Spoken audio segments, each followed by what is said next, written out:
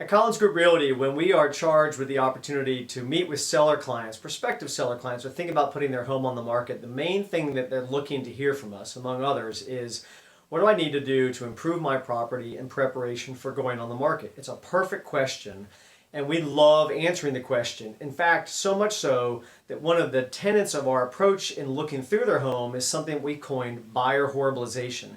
It's the concept that when buyers see things that they don't understand, their imagination of what it's going to cost to fix those items goes much further than probably the reality of it. So when we see things like stained roofs, or maybe a ceiling stain in an area that the owner didn't realize there was a ceiling stain, or maybe there's wood rot outside, or condensation and a little bit of mildew around an air conditioning vent, those are the kinds of things that buyers who may not understand what that means are going to conclude it's going to cost them a lot of money.